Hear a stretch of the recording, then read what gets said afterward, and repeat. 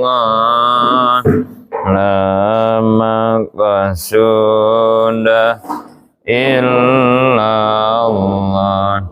Bismillah tawakkalna ala Allah la haula wala quwwata illa billah. Astaghfirullahaladzim, astaghfirullahaladzim, astaghfirullahaladzim wa atubu ilaih. Al-Fatihah. A'udzubillahi minasyaitonir rajim. Bismillahirrahmanirrahim. Alhamdulillahi rabbil alamin. Ar-Rahmanir-Rahim. Maliki yaumiddin. Iyyaka na'budu wa iyyaka nasta'in.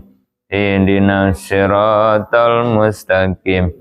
Siratal ladzina an'amta 'alaihim ghairil maghdubi 'alaihim waladdallin. Amin. Rabbi zidni ilma warzuqni fahma walhiqni bis-sholihin birahmatika ya arhamar rahimin. Bismillahirrahmanirrahim. Pasal 3, sifat salabiyah. Setelah tadi kita selesai mempelajari tentang sifat nafsiyah, sekarang kita lanjutkan kepada bahasan sifat salabiyah. Sifat salabiyah ini berarti menjadi nomor kedua dari pembagian sifat yang wajib 20 ya. Tadi sifat yang wajib yang 20 dibagi berapa? 4. 1 nafsiyah, 2 salabiyah, 3 ma'ani, 4 manawiyah. Nafsiyah isinya berapa? 1 wujud. Salabiyah 5, ma'ani 7, ma'nawiyah 7. Jadi 20 sifat yang wajib. Sifat nafsiyah sudah, sekarang nomor 2 salabiyah. Pengertian salabiyah. Salabiyah adalah bahasa Arab dari kata salab. Jadi salabiyah itu bahasa Arab dari salabun. Sin, lam, ba. Salabun. Artinya mencabut. Nah, jadi salab itu nyabut. Lalu ditambah ya nisbat. Salabiyah, dari salabun jadi salabiyah, ditambah ya nisbat. Artinya sifat yang mencabut. Jadi berarti salabiyah itu artinya sifat yang mencabut. Mencabut apa? Mencabut data dan sifat yang disebut makulat. Jadi yang dicabutnya makulat. Makulat itu apa? Yang tidak layak bagi Allah. Jadi makulat itu ucapan, omongan, pertanyaan yang nggak pantas ditanyakan, diucapkan kepada Allah.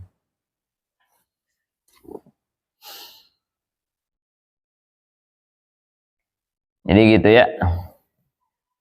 Jadi pengertian salabiyah itu artinya sifat yang mencabut. Mencabut apa? Mencabut makulat. Makulat itu apa? Makulat itu omongan-omongan yang nggak pantas kepada Allah. Itu. Makanya ya kemarin di Mabade ya, salah satu nama ilmu tauhid disebut ilmu kalam. Kemarin di Mabade itu ya, salah satu nama tauhid itu disebut ilmu kalam. Ilmu kalam teh ilmu omongan. Jadi tauhid itu salah satu yang diatur, yang dipelajarinya adalah tentang bicara, tentang ngomong, gitu ya. Maka adalah istilah makulat, yaitu omongan pertanyaan yang nggak pantas ke Allah, gitu ya. Makanya disebut ilmu kalam teh begitu ya, ngatur omongan, tauhid tuh. Jadi ada ya omongan yang nggak boleh diomongin ke Allah, ada pertanyaan yang nggak boleh ditanyain ke Allah. Ada, dalam tauhid mah ada. Ya.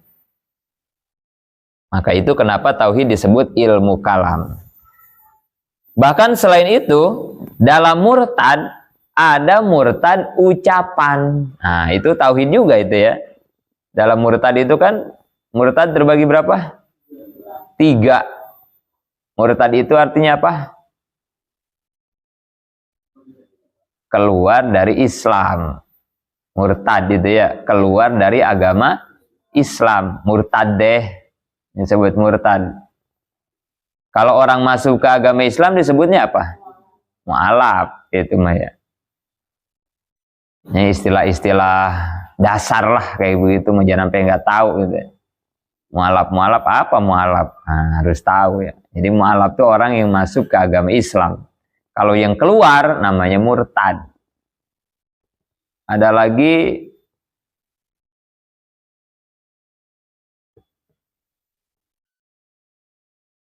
melebihi pemain lawan atau lebih orang daripada bola. Itu namanya apa itu? Duluan orang daripada bola. Apa namanya? Jadi orangnya lebih dulu daripada bola. Sebutnya apa itu? Kalau murtad mah keluar dari agama Islam ya. Ini ada lagi istilah nih. Orangnya duluan dibanding bolanya. Sebutnya apa? Yang suka main bola ya. Cewek emang nggak tahu kali. Apa coba? Orangnya lebih dulu daripada bola, ngeduluin bola. Dalam istilah main bola disebutnya apa? Offset.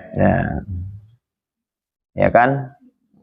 Kalau orang dulu daripada bola sebutnya offset ya. Kalau giginya terlalu maju disebutnya apa? Suka disebut offset juga ya. Offset tuh giginya tuh terlalu depan. Nggak boleh dalam main bola terlalu depan, nggak boleh. Offset ya. Nah itu ya. Jadi kenapa tauhid disebut ilmu kalam? Ya karena ngatur omongan. Gitu ya. Ada makulat, ada murtad ucapan. Gitu ya. Nah, sifat salabiyah ini adalah sifat yang mencabut, menghilangkan makulat-makulat. Gitu ya. Oleh karena sifat salabiyah menjadi sifat yang mencabut data yang mustahil bagi Allah, maka disebut juga sifat adamiyah. Jadi selain salabiyah bisa juga disebut sifat adamiyah. Apa adamiyah? Menjadi sifat dengan ketidakadaannya. Seperti kidam. Kidam itu arti aslinya terdahulu. Kidam teh ya, paling dulu. Kidam teh artinya ya, paling dulu. Tapi karena kidam termasuk salabiyah, maka artinya bukan paling dulu, tapi tidak ada permulaan. Jadi makanya tidak ada. Makanya disebut adamiyah. sifat bangsa tidak ada. Adamiyah teh begitu. Jadi kidam teh artinya tidak ada permulaan. Atau bako. Bako itu artinya kan kekal, abadi. Bako teh ya, kekal, abadi. Tapi karena termasuk salabiyah, maka artinya jadi tidak ada akhir. Jadi maka tidak ada semua ya. Kidam tidak ada permulaan, bako tidak ada akhir. Gitu. Nah itulah makna salabiyah. Dan seterusnya. Bako, wujud, kidam, bako, muholafatul hawadisi. Kan 5 semuanya ya. Salabiyah itu sifat. Salabiyah 5. Muholafatul hawadisi. Arti aslinya apa? Arti aslinya. Muholafatul hawadisi itu artinya apa? Allah beda dengan yang baru, arti aslinya ya. Tapi karena salabiyah, maka artinya tidak ada yang menyerupai. Nah, kan gitu ya, muhalafah itu ya. Maka tidak ada ya. Kemudian qiyamuhu binafsihi. Arti aslinya apa? Berdiri dengan zatnya. Tapi karena salabiyah, maka artinya jadi tidak membutuhkan zat lain, tidak membutuhkan tempat, dan tidak butuh yang mengadakan. Maka tidak ada ya. Tidak butuh tempat dan tidak butuh yang mengadakan. Maka tidak. Kemudian terakhir wahdaniyat. Artinya apa? Satu. Tapi karena salabiyah, artinya jadi tidak ada bilangan. Oh, maka tidak semua ya, salabiyah ya. Kenapa itu harus pakai tidak? Supaya tidak menimbulkan makulat. Supaya jadi salabiyah, gitu. Nanti di depan akan kita bahas ya, makulatnya, terus yang dihilangkannya, gitu ya. Itu makna salabiyah. Dilihat dari sudut istigna dan ibtikor, sifat salabiyah ini termasuk istigna. Jadi sifat salabiyah ini termasuknya sifat istigna. Apa istigna? Sifat yang tidak berkaitan dengan keberadaan makhluk, tapi merupakan suatu tanda kemampuan dan kebesaran Allah. Itu yang disebut sifat istigna, begitu ya. Nggak ada kaitannya dengan keberadaan makhluk. Bako, kekal. Nggak ada kaitan sama makhluk ya. Kekal Allah aja udah sendiri. Dan itu yang membedakan Allah dengan makhluk. Kita mah ada batasannya, Allah mah tidak ada batasan. Ya. Makanya disebut sifat istigna. Kecuali wahdaniyat fil af'al, termasuk kepada ibtikor. Nah, wahdaniyat fil af'al mah nanti termasuknya ibtikor. Kenapa disebut ibtikor? Karena sifat wahdaniyat mah butuh ke makhluk. Bukan butuh, ada urusannya, ada kaitannya dengan makhluk. Apa kaitannya? Ya Allah kan membuat makhluk, gitu ya. Dari wahdaniyat fil af'al kan Allah nanti menciptakan makhluk. Jadi ada kaitan sama makhluk itu mah ya. Beda sama bako. Bako mah kekal, nggak ada urusan sama makhluk. Tapi wahdaniyat fil af'al mah ada. Karena yang diciptakannya adalah makhluk, gitu ya. Nah, itu perbedaan sifat istigna dan ibtikor. Dilihat dari sifat konsideran atau sifat kamal, jalal dan kohar. Kalau dilihat dari kamal, jalal, kohar, kalau tadi mah istigna ibtikor ya, sekarang mah dari segi kamal, jalal, kohar. Sifat salabiyah termasuk yang mana ini? Salabiyah termasuk kepada sifat kamal. Sifat yang sempurna, kamal ya. Sifat kesempurnaan, kamal. Sifat yang menunjukkan kesempurnaan. Yang dengan sifat tersebut cukup untuk menunjukkan bahwa Allah itu ada. Namun ini juga dikecualikan, yaitu sifat wahdaniyat fil af'al yang termasuk kohar. Kalau kamal mah sifat kesempurnaan, kalau kohar mah sifat yang memaksa. Nah, gitu ya. Jadi kalau kamal mah sifat artinya Allah maha sempurna dengan sifat tersebut. Misalnya qiyamuhu binafsihi. Allah nggak butuh makhluk, nggak butuh tempat. Berarti kan gagah banget ya. Keren, sempurna berarti Allah ya. Makanya sebutnya sifat kamal. Tapi kalau wahdaniyat fil af'al mah bukan sifat kamal, tapi kohar. Kohar itu apa? Pemaksa. Cuman Allah satu-satunya zat yang bisa maksa. Nah, gitu ya. Dipaksa dengan apa? Dengan pekerjaan Allah.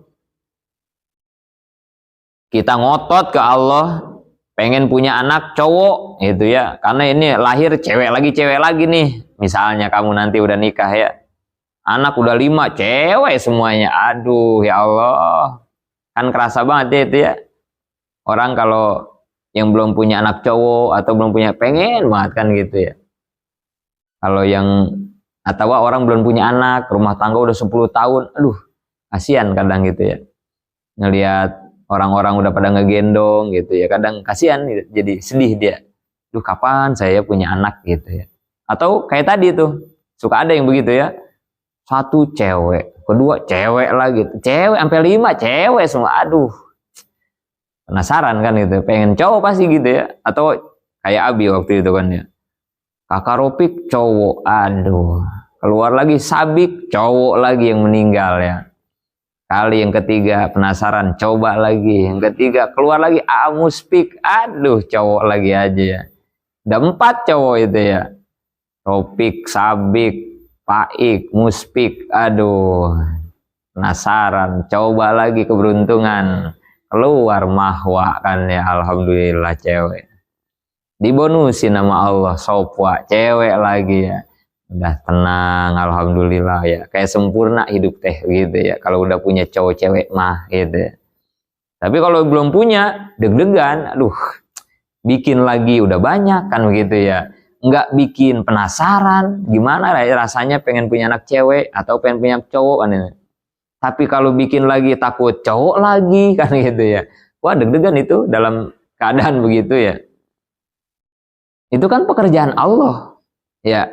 Bisa diintervensi, bisa dicampur tangan sama kita. Ada yang bilang kalau anaknya pengen cowok, turunnya ke kanan. Lah, pret ya, turun ke kanan.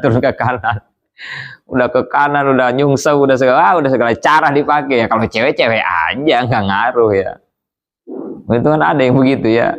Kalau cowok begini caranya, wah, memang bisa digituin. Ciptaan Allah, wadaniyat bil apal Allah, kerjaan Allah bisa digituin? Nggak bisa. Itulah bukti Allah tuh maha kohar gitu.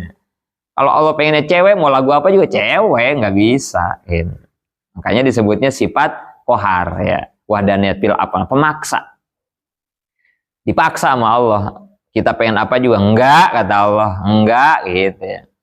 Maka kalau kita memahami ini, ya sudah ya, sadar aja udah. Iya ya, Allah kan maha kohar. Ya udah. Ya jabar, ya kohar kan itu ya. Allah tuh yang itu pemaksa. Kita mah nggak bisa maksa-maksa orang, nggak bisa. Tapi Allah mah nggak ada yang nggak bisa dipaksa mau.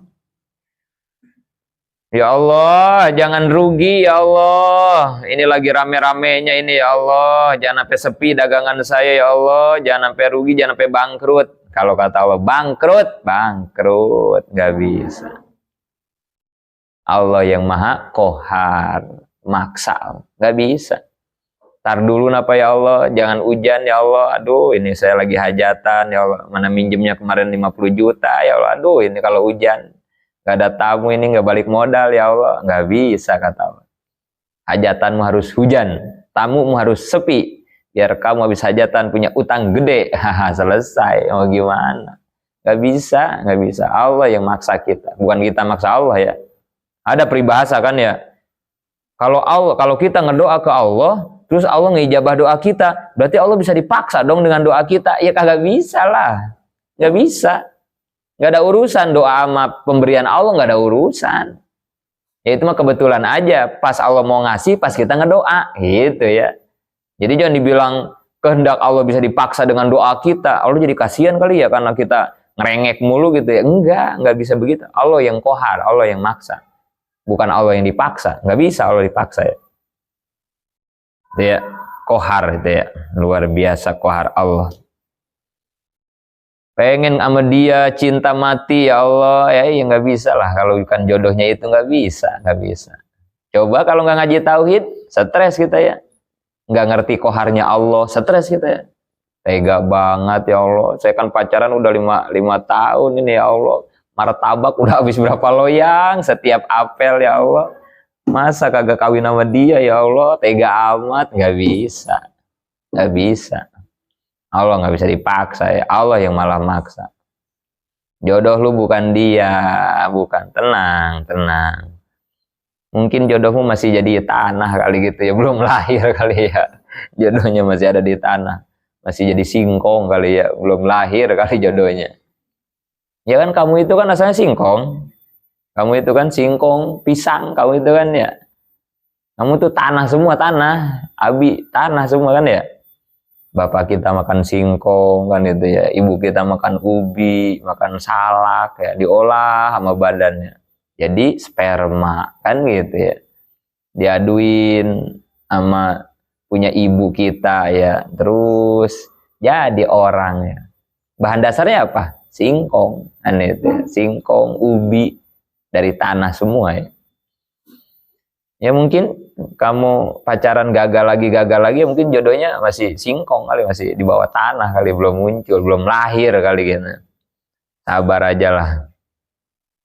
Terus saya jadi perawan tua, jadi bujangan tua, nggak apa-apa lah. Ada yang kawin beda 20 tahun juga ada ya.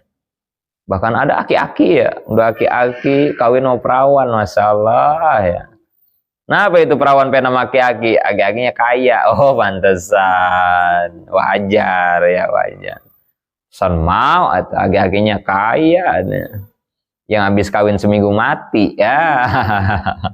Pantesan mau ya, kirain teh wanita soleha, nggak taunya ada tujuan harta ya.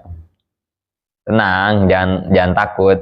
Aki-aki juga bisa dapat perawan kan gitu. Masa kamu yang baru 20 tahun, 30 tahun udah goyang ya, santai ya, santai.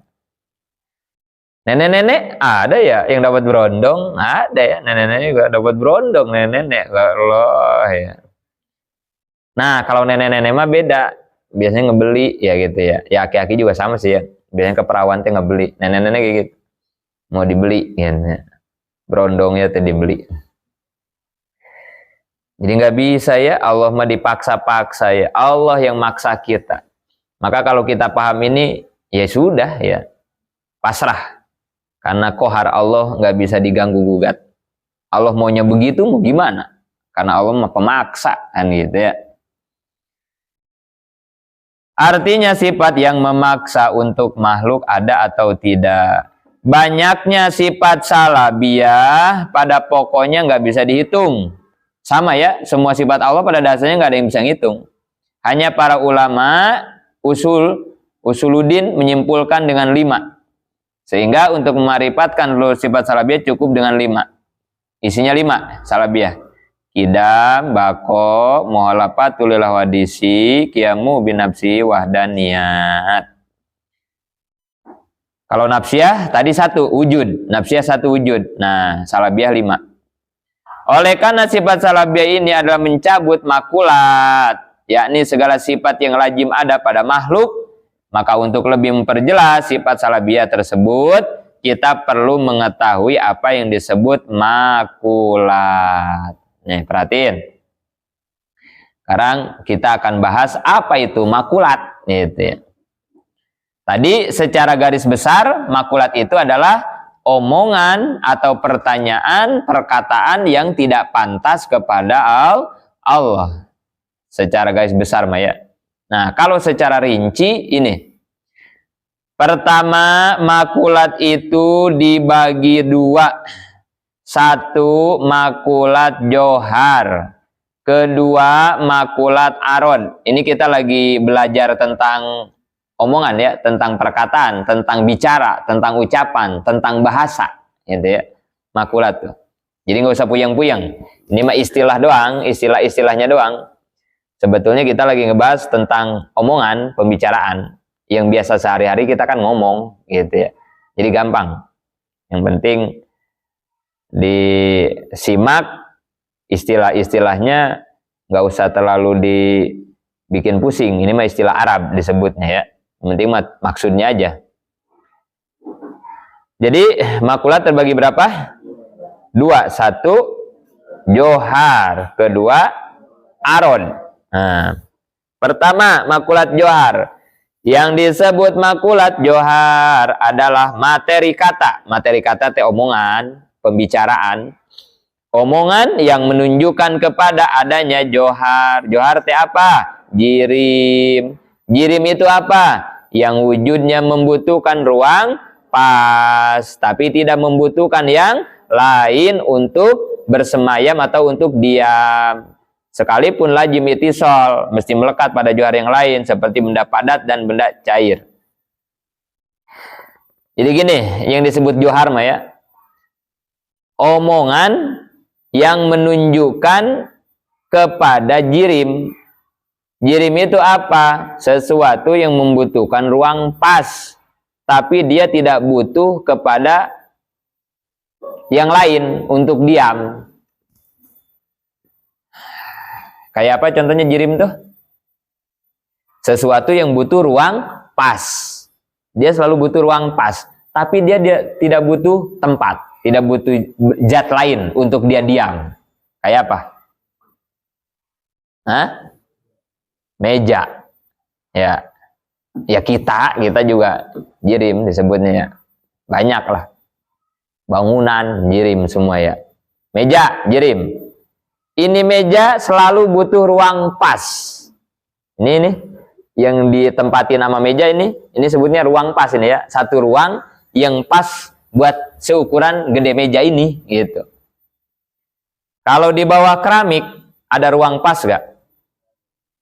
Di bawah di sini nih ada ruang pas gak? Nggak ada di bawah mah ya, padat. Makanya meja nggak bisa dikebawahin sama kita. Karena di bawahnya nggak ada ruang pas. Ya, jirim teh begitu. Tapi meja tidak butuh benda lain, zat lain untuk dia diam, nggak butuh. Dia mah berdiri sendiri aja udah begini meja mah ya. Ya walaupun butuh tempat ini ya, tapi maksudnya dia nggak butuh zat lain untuk dia bersemayam. Beda sama sifat. Nanti begitu maksudnya ya, beda sama sifat. Kalau sifat mah pasti selalu butuh zat. Itu ya. Nggak mungkin sifat nggak diam di zat, nggak mungkin kan ya. Seperti putih, putih kan sifat ya. Atau tinggi, tinggi itu sifat. Tiang listrik tinggi, nah kan begitu ya. Tiang listrik adalah jirim atau zat, tingginya adalah sifat. Nah kan gitu ya. Sifat tinggi nggak bisa diam sendiri, nggak bisa. Nggak bisa ada tinggi doang, nggak ada tiang listriknya. Nggak bisa ya. Pasti namanya sifat mah selalu butuh kepada zat untuk dia diam. Gitu ya. Nah kalau jirim mah enggak, johar mah enggak begitu. Nah itu yang disebut johar teh gitu ya. Udah gampangnya mah jirim lah atau zat lah. Gampangnya gitu ya. Johar teh. Yang kedua, aron. Kalau aron mah materi kata yang isinya menunjukkan kepada sesuatu yang tidak bisa berada kecuali pada johar. Seperti ucapan merah, putih. Nah ini yang tadi ya. Jadi bedanya johar sama aron mah, kalau johar mah nggak butuh zat lain, kalau aron mah pasti selalu butuh zat lain untuk diam. Gitu ya. Contoh bulat, bisa nggak bulat sendirian? Bulat doang, nggak bisa ya. Harus ada tahunya. Tahu bulat, nah baru kita ngerti. Tapi kalau tim ada bulat tim, apaan tim bulat apaan? Nggak bisa. Bulat maksudnya bulat terbang tim, bulat terbang apaan bulat terbang? Kalau tim ada tahu bulat, ah iya ngerti baru deh. Jadi bulat mah aron mah nggak bisa hidup sendirian dia mah ya. Baikkan diriku tanpa dirimu lah gitu ya. Tidak bisa hidup sendirian. Nah gitu. Aku itu kan aron untuk joharmu. Gitu kali ya. Aduh, bisa juga itu ya dipakai ngerayu ini para kaum gabut lah yang sedang galau kan gitu. Aku itu aron yang selalu butuh joharmu. Nah gitu. Jangan dibikin status bintang, nggak usah lah. Ntar bikin statusnya kalau udah muadaah ya, ingat-ingat. Widih, bintang statusnya arod dan johar, anak tauhid nih. Ya, gitu ya. Anak tauhid ya, waduh. Harus bangga lah kita ya, jadi anak tauhid ya. Mereka aja bangga, gua anak IPA, kan gitu ya. Gua anak IPS, kan gitu ya. Enggak, gua mah anak tauhid. Masya Allah, kan keren ya. Nah, apa anak tauhid? Ya itu lihat status WA gua kan. Aku itu arod bagimu wahai Johar. Itu. Yang mana aku nggak bisa pisah darimu Johar. Itu ya. Wih, keren ini ya anak tauhid ini. Ternyata bisa juga dia berkata-kata cinta. Itu ya. Keren ya anak tauhid ya. Enggak, Bayu mah saya bukan anak tauhid, saya anak pikih kan gitu ya. Anak usoli lupa ya. Anak usoli saya mah enggak apa-apa ya, kan keren ya. Anak usoli kan jurusan usoli kan ini. Keren lah. Mereka juga kan bangga ya, anak IPA. Anak mana kamu kan gitu ya. Kalau di fakultas-fakultas kan gitu ya. Oh, anak sastra nih. Kan gitu kan ya. Anak sastra ini mah. Anak filsafat kan gitu ya. Anak sosial wah gitu. Ya kita mah gitu, anak usoli, anak usoli. Mak lu soli. Kalau mak lu soli, bapak lu siapa? Bu Akbar bilangnya. Oh, jadi nanti punya anak. Iya, apa Al-Fatihah. Oh, itu. Lantas cucunya waladolin. Sholat dong. Iya, itu keluarga sholat namanya. Aduh ya. Iyalah harus bangga kita juga ya, anak tauhid gua mah anak fikih kan itu. Anak usoli ada ya, yuk anak usoli ya. Gitu ya. Jadi secara garis besar mah, pertama kita harus pahami makulat itu ada dua gitu ya.